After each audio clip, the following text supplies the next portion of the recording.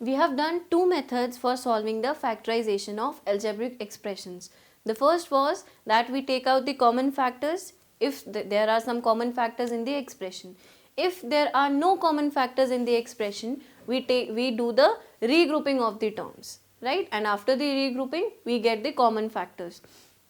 Now, when you are given any question, first you have to try. The first step should be you should try and analyze if there are some common terms in the expression. Now, let us consider the first question. It says 14x raised to power 4 y cube plus 8x cube. Now, I am considering both the terms separately to check if they have any terms common. If we write the terms, if we write the factors for 14, it would be 2 into 7 into x into x into x and x.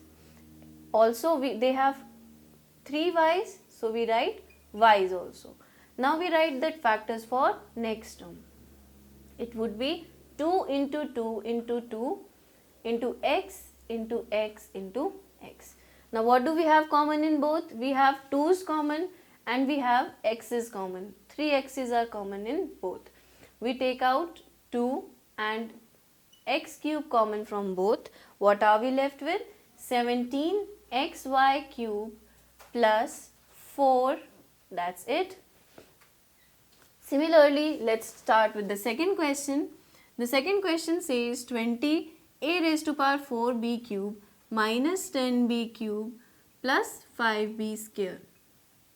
We take out the factors for each so that we can check if there is anything common. The factors for 20 would be 2 into 5 into 2, 2 5s are 10, 10 2s are 20, into a into a into a into a, and similarly b into b into b. Factors for next term would be 2 into 5 into b into b into b, and factors for last term would be 5 into b into b. Now we take out the factors common. What do we have common in all three? We have the 5's common, right? So I am marking the 5's. Also we have 2 b's common in both, right? So we write 5 common and b square common. Now what are we left with in the first expression? We are left with 4 a's raised to power, because a's are not taken out common, so a will remain 4. How many b's are left? Only 1. Minus what is left in the second term? We are left with only 2. We write 2 and b directly. Why? Because even if you don't write this step, you can come out correctly with the same expression. That is, if you take out 5 common in this, what should 5 be multiplied with to get 10? It should be multiplied with 2. And what should it be multiplied with so that its b square becomes b cube? It would be b only. Plus, what is my last common term? See, in this everything had taken out to be common. Now what are we left with in such cases? 1. Because every factor, even if it is not written, it has 1 as its factor. So if nothing is left common, everything has been taken out, then what are we left with? Always we are left with 1. Now you can check your answers by multiplying it back. 5b square into 4a4b. 5 4s are 20, a4 b cube. First term minus 5 2s are 10, b cube. Second term 5b square into 1, 5b square. So that was my second question. The third question is 2y square plus 3x plus xy plus 6y. Now you have to check if there is any term common in them, in all of them or not.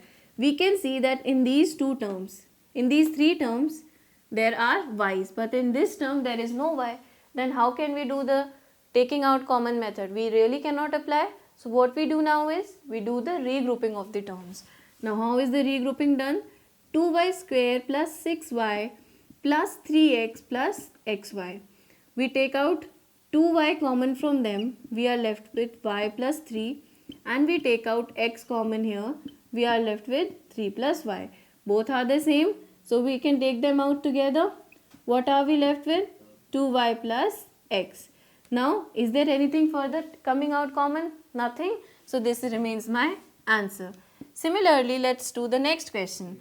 7x square plus 2xy plus 63x plus 18y. Now check if there is anything common in all the four terms that is given. Is there anything common?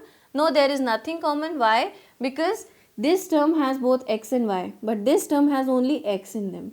This one also having only x, and the last term is having only y. So we cannot take anything common out of 4. So we will have to do the regrouping of the terms. 7x square plus 63x plus 2xy plus 18y. Now we can take out 7x common from the first two terms. What are we left with? X plus what are we left with here? 9. Similarly, taking out common from the third and fourth term, we take 2 and y common. We are left with x plus 9. Now we can take out x plus 9 common. What are we left with? 7x plus 2y. Is there any further common coming out? Nothing is coming out. So we leave the answer as it is. Let us do the fifth question now. The fifth question says 16x into x plus y minus 3y x plus y. Now we can directly see what is coming out common in them. X plus y is coming out to be the common part. So what are we left? 16x minus 3y. Is there anything further possible? Nothing is possible. So we leave the answer as it is. The last question says 9y x minus 3 plus 4x into x minus 3. We can take out x minus 3 common. What are we left with? 9y plus 4x. So this is how we use the factorization. Do the factorization using first two methods. Now there are further complicated questions coming up. So before discussing those questions, I will be discussing my next two methods of factorization.